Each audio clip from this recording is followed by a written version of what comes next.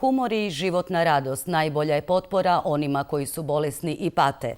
To je i smisao udruge Crveni nosovi, klaunovi doktori, koja pod motom 50.000 osmijeha obilježava 5 godina rada. Oni su ponos Hrvatske, za što su primili istoimenu nagradu. Klaunovi doktori Crveni nosovi educirani u Međunarodnoj školi humora u Beču, krijepe duše malih i velikih. Humanisti koji smijehom liječe, danas u dječjoj bolnici Kantrida. Pa iznenadili su me jako.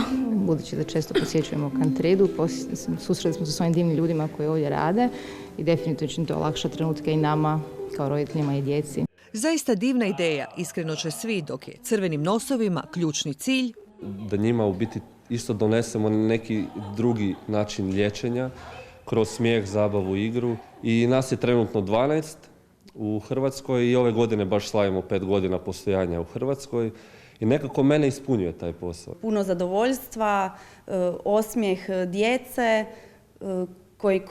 koji me ispunjava svakim odlaskom u bolnicu. Dan je odmah drugačiji, zadovoljno će Luigi. Kad je rekla ova tu džumbus,